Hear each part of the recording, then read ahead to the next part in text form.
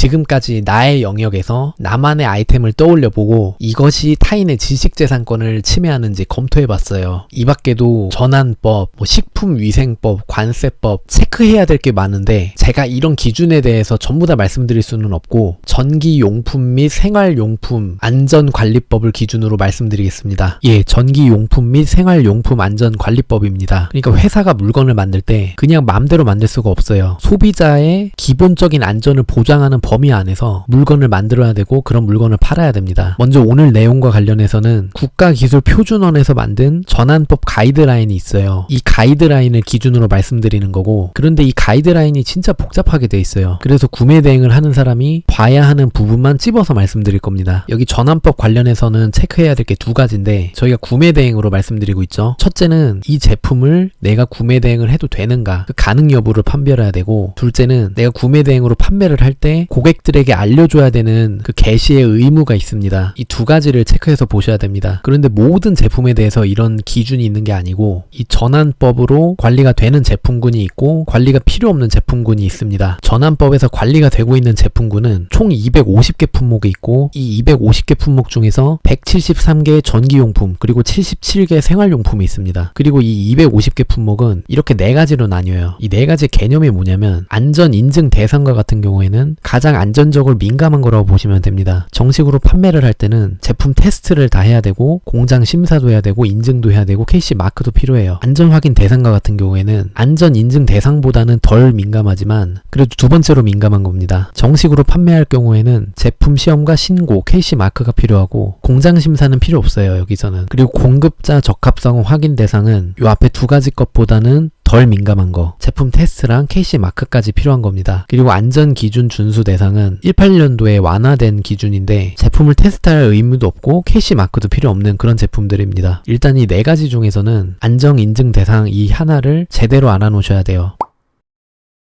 앞에 250개 품목 중에서 50개 품목이 여기에 해당되고 50개 품목 중에서 생활용품은 11개, 전기용품은 39개. 그러니까 이런 것까지 알 필요는 없어요. 나중에 내가 팔려고 하는 이 아이템이 어디에 해당되는지만 보시면 됩니다. 예를 들어서 내가 어떤 아이템을 떠올렸는데 그 아이템이 안전 인증 대상에 포함하는 50개 품목 안에 포함되는 그런 아이템이라고 할 때 두 가지의 경우의 수가 있어요. KC 마크가 이미 붙어 있는 경우 혹은 제품이나 포장에 KC 마크가 없는 경우, 이 두 가지가 있습니다. 근데 저희는 구매 대행으로 특히 저 같은 경우에는 중국 쇼핑몰에서 가성비 제품을 한국 시장에다가 구매 대행으로 판매를 할 거기 때문에 중국 쇼핑몰에서 파는 제품이 KC 마크가 있을 리가 없죠. 그럼 KC 마크가 붙어 있는 경우는 보지 않겠습니다. 제품이나 포장에 KC 마크가 없는 경우에는 일단 병행 수입은 불가해요. KC 마크가 없는 제품을 구매 대행으로 들여와서 판매를 한다고 할 때 여기 안전 인증에 해당하는 50개 품목 중에서 23개 품목은 판매가 불가하고 나머지 27개 품목은 판매가 가능합니다. 여기서 판매가 가능하다는 말의 의미는 원래는 안전 인증 대상의 제품은 정식 판매를 할 때 제품 시험, 공장 심사, 인증, KC 마크가 모두 필요한데 구매 대행을 하는 경우에는 모두 생략하고 판매할 수 있습니다. 물론 앞에서 말씀드렸다시피 23개 품목은 불가하고 27개 품목은 가능해요. 23개 어떤 품목이 있고 27개 어떤 품목이 있는지는 각자 보셔야 됩니다. 제가 보는 방법은 좀 이따 말씀드리겠습니다.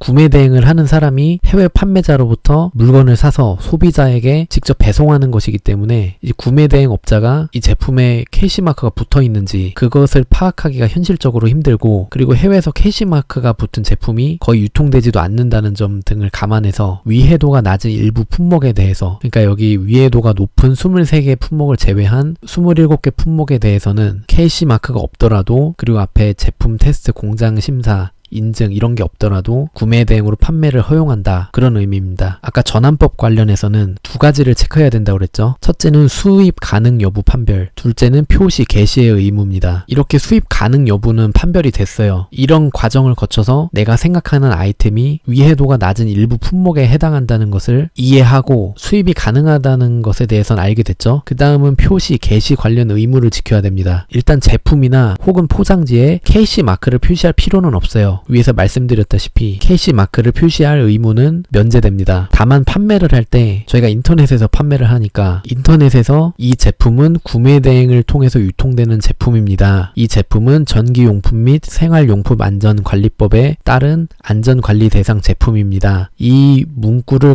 반드시 표시해야 돼요. 지금 구매 대행으로 판매를 하시는 판매자의 판매 페이지를 보시면 이게 다 표시돼 있습니다. 이게 표시 안 돼 있으면 불법이에요. 그리고 그 외에도 뭐 제조국, 모델명, 제조시기 이런 것도 표시해야 된다고 하는데 이거는 일단 전환법이랑은 연관이 없지만 어떤 물건을 판매를 할 때 소비자의 알 권리를 위해서 기본적으로 표시를 해줘야 되는 그런 정보들이 있습니다. 그건 나중에 다시 말씀드릴게요. 어쨌든 이런 식으로 내가 팔고 싶은 그 아이템이 처음에는 전환법에서 관리하고 있는 이 250개 품목 안에 포함되는가 그거를 보시고 포함된다고 하면 과연 요 4가지 중에서 어디에 포함이 되는지 그리고 안전 인증에 포함된다고 하면 구매 대행이 가능한 품목인지 불가능한 품목인지 이걸 판별을 하시고 구매 대행이 불가능한 품목이라고 하면 포기하거나 아니면 내가 직접 인증을 받는 방법도 있는데 그거는 지금 말하진 않을게요. 이런 과정을 거쳐서 내가 팔아도 되는 제품이다라는 판단이 되었을 때 이런 문구를 게시를 해서 합법적으로 판매를 하신다면 문제될 게 하나도 없습니다. 지금 이 4가지 중에서 안전 인증 대상 하나를 봤잖아요. 나머지도 보겠습니다. 안전 확인 대상.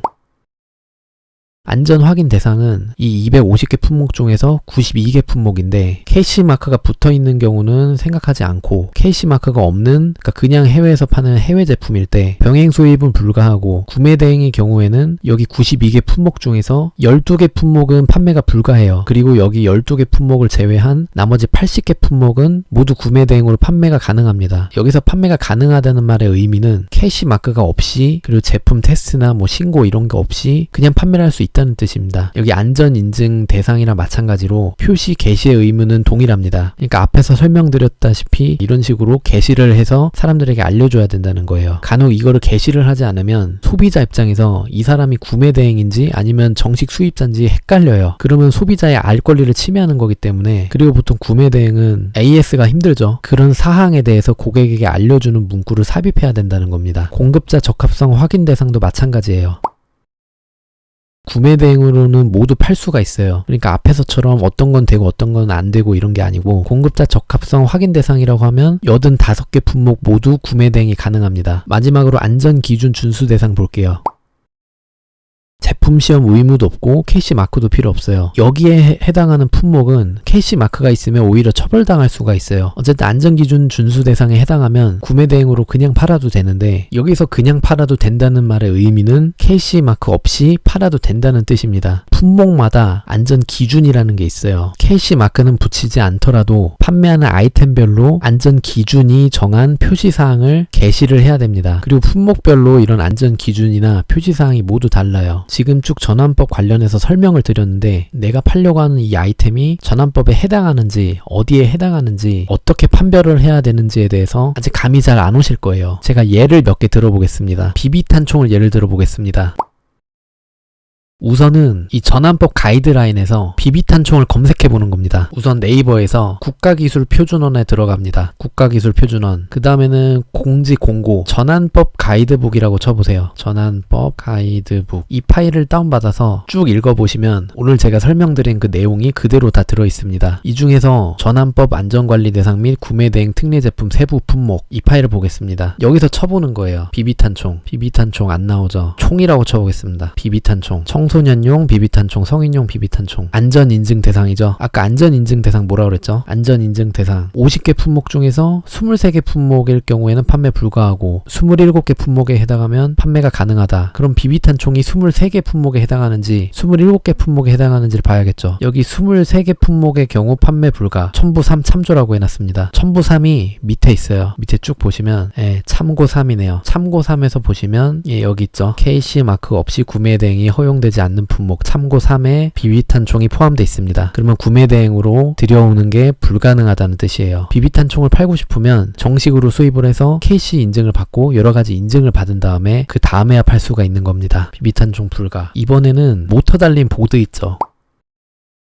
모터보드라 그러나요? 모터 달린 보드를 한번 검색해 보겠습니다. 뭐라고 검색해야 될까요? 모터보드 없습니다. 보드, 스노보드, 스케이트보드 있죠. 스케이트보드에 전동보드 있습니다. 전동보드가 모터 달린 보드를 얘기하는 거겠죠. 전동보드는 안전 확인 대상입니다. 아까 안전 확인 대상 뭐라 그랬죠? 안전 확인 대상 총 92개 품목 중에서 12개는 판매가 불가하고 80개는 모두 판매가 가능하다. 구매 대행으로 판매가 불가한 12개 품목은 첨부 3에 있고 나머지 판매가 가능한 80 C캡 품목은 첨부 2에 있습니다. 밑에 첨부 2 보겠습니다. KC 마크 없이 구매 대행이 가능한 품목. 아까 안전 확인 대상이었죠. 쭉 내리겠습니다. 안전 확인 대상에서 아까 전동 보드 찾아보겠습니다. 보시면 없어요. 왜냐면 전동 보드는 전기용품이 아니고 생활용품에 해당됩니다. 전동 보드 생활용품에 해당되죠. 위에 생활용품에 해당되는 것들은 전체 모두 구매 대행이 가능하다. 그런 의미입니다. 전동 보드라고 이름 바꾸고 안전 확인 대상이고 구매 대행 가능. 다음으로 옷을 한번 볼게요. 다시 맨 위로 가서 옷을 검색해 보겠습니다. 옷 없어요. 외투, 의류 하니까 나오죠. 가정용 섬유 제품 의류는 안전기준 준수 대상입니다. 안전기준 준수 대상 뭐라 그랬죠? 안전기준 준수 대상 KC 마크 필요 없이 구매 대행으로 판매가 가능하다 그랬습니다. 다만 품목별로 정부가 정한 안전기준을 지켜야 함. 그러면 의류의 안전기준이 뭔지 한번 볼게요. 옷, 의류, 구매 대행 가능, 안전기준 확인 필요. 의류의 안전기준은 어디서 확인할 수 있을까요? 아까 전환법 가이드북을 보면 10페이지 보시면 이런 내용이 있어요. 안전 기준을 잘 알지 못하는데 어떻게 확인을 할 수 있나요? 안전 기준 준수 대상 생활용품을 포함해서 전환법이 관리하는 모든 품목별 안전 기준은 국가기술표준원장이 고시하고 있습니다. 국가기술표준원 홈페이지에 들어가시면 품목별 안전 기준을 쉽게 확인하실 수 있습니다. 여기 한번 들어가 볼게요. 국가기술표준원 홈페이지 정책, 제품 안전, 정책, 제품 안전, 안전기준 열람, 품목별 안전기준 다운로드. 여기서 다운받으면 된다는데 의류는 아까 생활용품 안전기준이었죠. 의류 한번 검색해 보겠습니다. 의류 안 나와요. 아까 전환법 가이드북 다시 볼게요. 아까 의류가 안전기준 준수 대상이었죠. 여기 보시면 어떤 품목이 안전기준 준수 대상 생활용품에 해당하나요? 가정용 섬유 제품, 성인용 의류. 그러니까 저희가 궁금했던 게 의류인데 의류는 가정용 섬유 제품에 해당하는구나.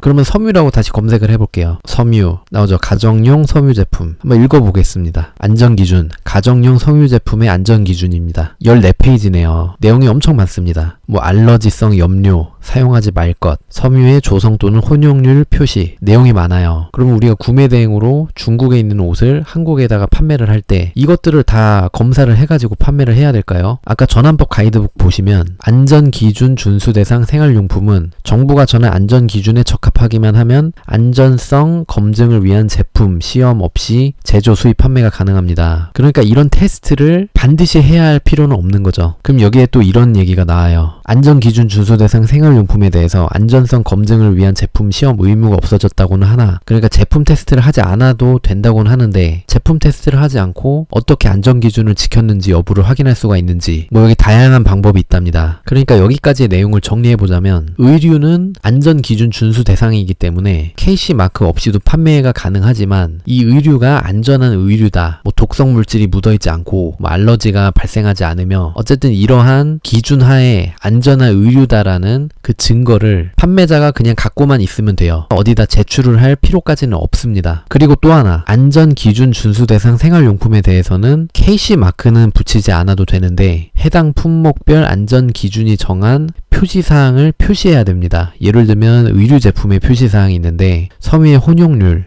제조자명, 제조국명, 제조연월 이런 것들이 의류에 라벨로 다 붙어 있어야 돼요. 그럼 이런 생각이 드실 거예요. 구매 대행업자는 해외 쇼핑몰에서 구매를 해서 국내에 있는 고객에게 다이렉트로 보내는데 그 라벨은 외국어로 돼 있기 때문에 이 기준에는 부합되지 않는 것 같아요. 원칙적으로 말씀드리자면 저도 관련 기관에 문의를 여러 차례 했는데 국내에 유통되는 의류와 같은 경우에는 구매 대행이든 병행수협이든 상관없어요. 무조건 한국어로 라벨을 변경을 해줘야 됩니다. 그래야지만 판매를 할 수가 있어요. 그런데 구매 대행은 해외에서 그대로 고객에게 보내는 건데 중간에 내가 받아서 라벨을 변경하지 않는 이상 한국어로 된 라벨을 표기를 할 수가 없죠. 그런데 지금 의류 구매 대행 하시는 분들은 라벨이 외국어로 되어 있다고 해도 그냥 팔고 계세요. 그러면 여기서 의사결정을 해야겠죠. 중간에 라벨을 한국어로 교체를 할 수 있는 어떤 방법을 생각해내던지 아니면 리스크를 감수하고라도 다른 판매자들처럼 그냥 판매를 할지, 이 부분에 있어서는 의류를 전문적으로 취급하시는 분들께서 훨씬 자세하게 알고 계실 것 같아요. 그리고 그게 그분들의 경쟁력이겠죠. 안정성 검증을 각자 알아서 하면 됨. 의무는 아님. 원칙적으로 라벨이 한국어로 되어 있어야 함. 구매 대행과는 맞지 않음. 하나만 더 해보겠습니다. 저는 개인적으로 건강식품 관련해서 관심이 많은데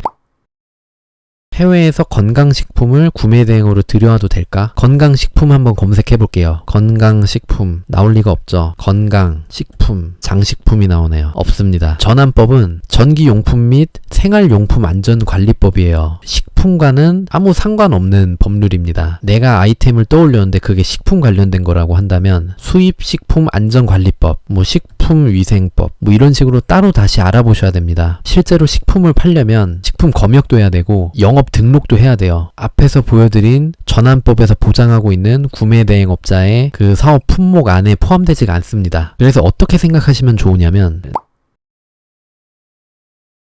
내가 어떤 아이템을 떠올렸는데 그 아이템이 전환법에서 규정하고 있는 250개 품목 안에 포함되는 그런 아이템이라고 한다면 판단을 해볼 수 있겠죠. 이게 안전 인증 대상인지 안전 확인 대상인지, 그래서 내가 구매 대행을 할 수 있는지 없는지 이런 판단이 가능한데, 전환법에 포함되지 않는 품목이라고 한다면 다른 법률에서 규정하는 제한사항이 있는지에 대해서 검토를 각자가 해보셔야 됩니다. 대체로 애기들 관련된 아이템이랑 피부에 닿는 것들, 우리가 먹는 것들, 이런 제품들은 다른 법에 의해서 보호가 되고 있습니다. 지금 영상이 엄청 길어지고 있는데 기왕 여기까지 봤으니까 이것도 확인하는 방법 잠깐 말씀드리겠습니다. 관세평가분류원이라는 데가 있는데, 관세평가분류원, 평가분류원 정보 품목 분류에서 품목별 수출입 요건 조회 한번 보세요. 수입 요건 확인 품목 다운, 그러면 이렇게 뜨는데 여기서 한번 검색을 해보는 겁니다. 저는 아까 건강식품 중에서도 비타민이 많이 나옵니다. 비타민 A와 이들의 유도체, 수입식품 안전관리특별법으로 관리가 되고 있구나. 아까 전동보드 안 나오죠? 나올 리가 없죠. 전동으로 검색하면 또 엄청 나오죠. 킥보드라고 해볼게요. 킥보드는 전파법에 의해서 보호를 받는구나. 아까 말씀을 못 드렸는데 킥보드나 전동보드는 구매 대행이 가능한 품목이지만 1인 1개로 제한이 되고 있습니다. 그리고 그것을 중고로 판매를 하게 되면 강력한 처벌을 받습니다. 이런 것도 알아두시면 좋습니다. 아니면 아까 검색해봤던 의류는 어린이 제품도 있고 성인용 의류가 있는데, 어린이 제품은 어린이 제품 안전특별법으로 보호를 받고 있고, 이런 식으로 관세청의 자료를 활용해서 보다 손쉽게 내가 원하는 정보를 습득을 할 수가 있습니다.